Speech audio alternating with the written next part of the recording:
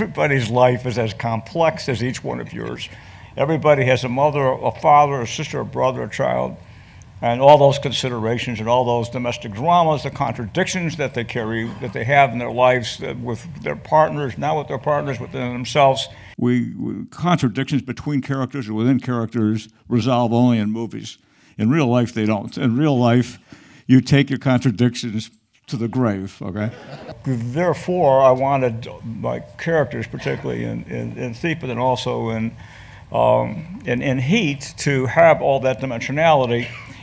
And I always liked Ford Maddox for The Good Soldier, and so with that kind of revolving narrative perspective, the ambition is that when you're with a character, his universe is your universe. You empathize with it totally. His value system is your value system, and that meant that when we're with Hannah, the Al Pacino character, or with Bobby, with the Neil McCauley character, or with Krisha Hurlis, Val Kilmer, that we see the world the way they do, and then further that what if the way causality works is a function of the way they think the world works?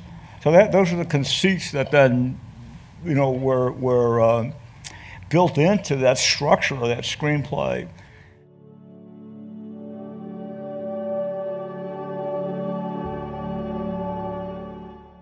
I'm attracted to characters in drama who live life to extremes, and also I'm very interested in all the dimensions of their life. Basically, like, everybody is somebody. Everybody has a mother or father. They have a sister or brother.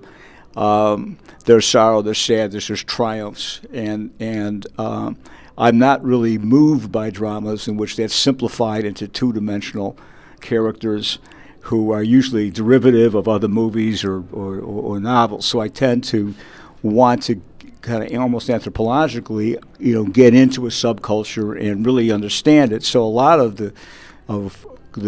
what composes these characters is drawn from real life. Authenticity of everything that they do as thieves and detectives. Yeah. It's mined from real people and real lives, and it's from kind of a lot of research. So it has an authenticity to it that I think makes these characters really believable. We believe them. Yeah. And there's no doubt about it. There was a process that I guess I still follow, which is that if I'm going to make a film about thieves, I don't look at other films about thieves. I go and meet and hang out with thieves. I'm against gratuitous anything, gratuitous sentimentality, gratuitous violence, gratuitous horror. The bank robbery in Heat is scary. It is not, oh wow, I wish I was one of those guys. The bank robbery. It came from a perception of some people I had brought in to help with the training, Mick Gould and a guy named Steve Mitchell, who writes under the pseudonym of Andy McNabb. And both are very heavy-duty essayists. And there's a simple line that showed up way early on. And he said, well, the police are always an overwhelming power, and they don't do well when they're actually assaulted by the military or by guys like this. And so that perception, that became the drama, the drama that informed the choreography. Choreography has to tell a story, or it's not, or it's just gratuitous action. So there has to be a story to it. So I believe that films are best constructed from the end to the front, and so I can't really know.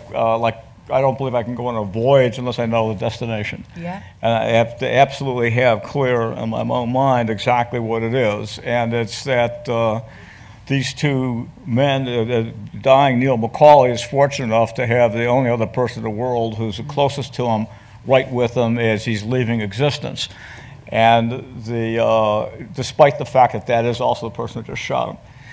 And that was the ending. And so when I had the ending, then in the process of writing, that's when I actually could complete the whole screenplay, because I could reverse engineer that into, if this is the ending, then what's the end of Act 3? If that's the end of Act 3, what's the ending of Act 2? And that was how the screenplay was constructed. Is that how you've always written then, and how and where did that start? Yeah, I learned early on that it's not a good idea to start at the beginning, because by about page 7, you're off on a tangent, then there's a tangent off the tangent, and then you're totally lost by about page 9. And I wrote a screenplay like that and turned it in very early on in my career. And somebody said you have a good ear for dialogue, but you wouldn't know what a story was if it ran you over. I actually see it as kind of a fascinating drama. I don't really see it as a genre. I never saw it as a genre piece. I don't know what a genre piece is. I mean, I do, but that's not how I viewed any of this. To me, it's about people with aspirations, period.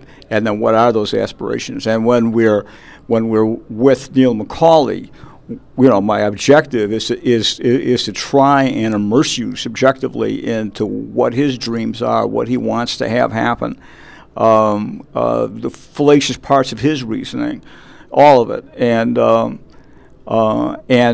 so too, you want him to evade capture. You want him to succeed. At the same time, I also want to immerse you in Hannah and his methods and modes of operating on the street, particularly with informants, where he tries to keep them off balance, which he'll do with Ricky Harris in the film. But so it's people with aspirations, and I never really viewed this as I'm going to go make a genre picture. So technology is something that you're always really kind of seem ahead of the game on as well, in terms of when that shift went from to digital, when digital felt like it was becoming the kind of the something that was going to really change the opportunities or the texture or the landscape for film. You kind of jumped on board, and Collateral was one of those films that you started. To me, you're constantly trying to find new modes of expression, more intense modes of expression, to impact the audience more forcefully, powerfully, and engage them more thoroughly. And so media itself is always constantly evolving, and of course the cutting edge of that is going to be the technology, just like it is in architecture. And suddenly you could do different things. And for Collateral, it was the desire the whole movie takes place in 12 hours and one night in Los Angeles, and it was to evoke what night looks like in Los Angeles, which is unique. It's like 4 o'clock in the afternoon in London.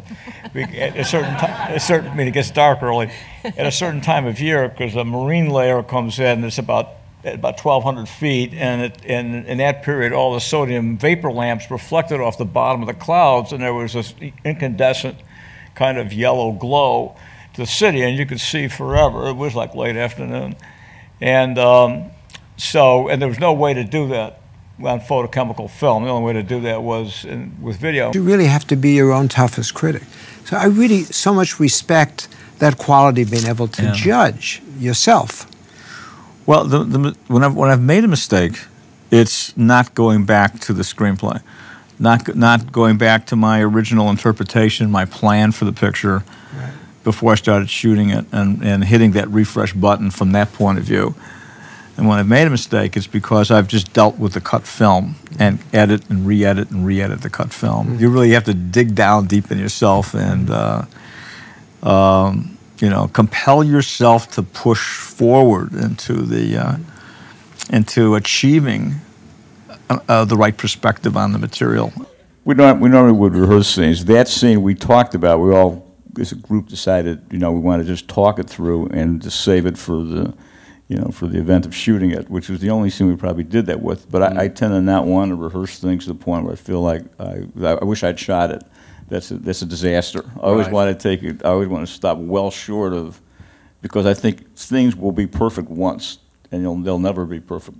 They'll never be 100% twice. They'll only be 100% once, and you want that happening in front of the camera. After I'd finished Ali, and I said, what I want to do next, and what kind of film? I said, well, I don't know what film it is, but I started seeing it. Boy, I would love to make a motion picture that was based in LA, it had genre elements in it, that had massive compression, in the sense that it was under 2 hours, so that if I'm doing something, it has a big effect in a short duration, and it had contemporary music in it. So I was literally, and it came down to one of 2 screenplays, both of which were the same, all night in LA, and under 2 hours. And that's exactly what I wanted to do. I didn't want to work in a 2 hour and 45 frame. I wanted to work in that, because it becomes like a Formula One car. You put a little bit of input in, and it has a massive reaction.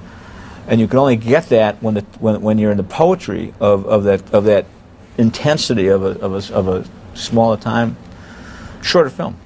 Now, do you find, looking back on your career, what types of decisions have been the toughest? Do they involve casting, script, or editing? Probably the editing, because editing to me is you're rewriting the movie yet again. I mean, you kind of rewrite it, you know, 6, 7, 8, 9, 10% when you're shooting, and then you're rewriting it again in the editing, and then when you have the final mix, it's the first time since you first heard this idea, when there's only 3 paragraphs long, that the film is an organic, unified whole, and you could really see the whole film.